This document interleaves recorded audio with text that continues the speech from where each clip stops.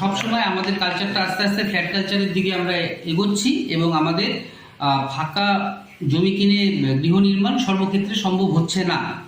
তো যদি ফাঁকা জমি কিনে বাড়ি কেনার বাড়ি করার অপশন থাকে তো সেই ক্ষেত্রে আমাদের সবচেয়ে বেশি প্রায়োরিটি যেটা থাকবে সেটা হচ্ছে পেরিফিল্ড কিনে বাড়ি করা। অর্থাৎ ব্যাপারটা হচ্ছে জমি কিনে সেই জমির উপরে যদি আমি আমার নিজের মতো করে একটা গৃহ নির্মাণে আসি, মানে সেটা হচ্ছে বেস্ট। এবার জমি কেনার ক্ষেত্রে দুটো জিনিস খুব ইম্পর্টেন্ট চলে আসে। একটা, অনেকেই খুব কমনলি জিজ্ঞাসা করেন যে বাড়ির মুখটা কোন দিকে হওয়া উচিত। পূর্ব দিক এবং দক্ষিণ দিক এই দুটো দিকের ফেস যদি বাড়ির হয় তাহলে কিন্তু সেটা কিন্তু বেটার। আর বাড়ির সেই ল্যান্ডের শেপ নিয়ে একটা কথা আছে যে শেপের মধ্যে যদি মোটামুটি আয়তক্ষেত্রের জমি পাওয়া যায় তাহলে সেটা হচ্ছে সবচেয়ে ভালো। আর একটা জমির কথা শাস্ত্র বলে, সেটা হচ্ছে গোমুখ জমি। গোমুখ জমি মানে হচ্ছে ওই সামনের দিকটা একটু চাপা থাকলো, পেছনের দিকটা একটু হোয়াইট থাকলো। তো গোমুখ জমি এখন অ্যাকচুয়ালি সব সময় পাওয়া সম্ভব না। মোটামুটি আয়তক্ষেত্রাকার জমিগুলোকেই আমরা বেস্ট জমি হিসাবে ধরে নিই। ফ্ল্যাটটা যখন আমরা কিনছি তখন দেখা যাচ্ছে যে ছাদ দিয়ে পিলার উঠিয়ে ফ্ল্যাটটা আমাকে দিয়ে দেওয়া হলো, বাকি অ্যারেঞ্জমেন্টটা ইঞ্জিনিয়ারকে বলে বা আমি আমার নিজের বুদ্ধিমতো মোটামুটি একটা অ্যারেঞ্জমেন্টে নিয়ে যখন কাজে হাত দিব তখন কয়েকটা জিনিস খুব মাইনরলি আমাদের ফলো রাখতে হবে।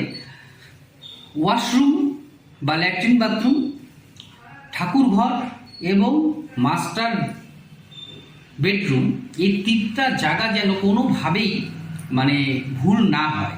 অর্থাৎ বাড়ির উত্তর পূর্ব কোণ, যেটাকে আমরা বলি ঈশান কোণ, বা ফ্ল্যাটের ক্ষেত্রে আমি যে ফ্ল্যাটটা যে ফ্লোরে নিচ্ছি সেই যতটুকু জায়গা আমার, সেই জায়গাটার উত্তর পূর্ব যে সাইডটা, সেই সাইডটাতে যেন ভুল করে কোনো ওয়াশরুম বা ল্যাট্রিন বাথরুম হয়ে না যায়। তাহলে কিন্তু পুরোটাই আমাদের পরবর্তীতে থাকার ক্ষেত্রে কিন্তু সমস্যা আসবে। আমি যদি ঠাকুর ঘর করতে যদি অসামর্থ্যও হই, সেই ক্ষেত্রে একটা তুলসী গাছ হোক বা ঠাকুরের একটা ছবি হোক সেখানে কিন্তু রাখতে হবে। এবং নর্থ ইস্ট অ্যাঙ্গেলটাতে ভারী কোনো জিনিস রাখা যাবে না, যে লোহার কোনো ভারী জিনিস রেখে দিলাম, খাট রেখে দিলাম, শোয়ার একদম একটা অ্যারেঞ্জমেন্ট পুরো নর্থ ইস্টের দিকে রেখে দিলাম, এই সমস্ত না করাটাই হচ্ছে বেটার। ওয়াশরুমের ক্ষেত্রে দক্ষিণ দিক থেকে শুরু করে দক্ষিণ, দক্ষিণ পশ্চিম, পশ্চিম এবং উত্তর পশ্চিম এই জায়গাগুলো কিন্তু ঠিক আছে, কোনো রকম কোনো সমস্যা নেই। সাউথ ওয়েস্ট যে রুমটা হবে সেই রুমটাকে কিন্তু মাস্টার বেডরুম হিসাবে ব্যবহার করলে সব থেকে বেস্ট হয়। বাথরুম যখন হয়ে গেল, পরবর্তী আর একটা ইম্পর্টেন্ট রুম থেকে যায়, যে রুমটা বাদ দিলে তো বাড়িতে আর কিছু থাকে না, সেটা হচ্ছে কিচেন, রান্নাঘর। পূর্ব দিক বা অগ্নিকোণ অর্থাৎ সাউথ ইস্ট অ্যাঙ্গেল বা পূর্ব দিক বা সাউথের অর্ধেকটা জায়গা আমরা যদি নিয়ে নিই, অর্থাৎ আমরা সাউথ ওয়েস্টের দিকে না চেপে ওই মাস্টার বেডরুমের পরের থেকে যে দক্ষিণটা শুরু হলো, সেই দক্ষিণ থেকে আপ টু নর্থ ইস্টের যে ইস্টটা যেখানে শেষ হলো, সেইটুক জায়গার মধ্যে যদি আমরা কিচেনটাকে যদি নিয়ে আসি তাহলে বেস্ট হয়, সেটাও ইউজ করলো।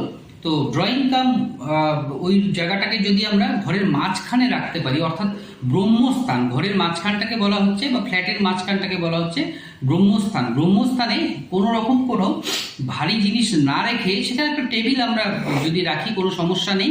প্রাথমিকভাবে এই কয়েকটা জিনিস যদি মাথায় রেখে আমরা গৃহ নির্মাণের কাজটা শুরু করি তাহলে খুব একটা কোনো সমস্যা আশা করি তো আসবে না। কোচবিহার থেকে সার্থক পণ্ডিতের রিপোর্ট, লোকাল 18 বাংলা।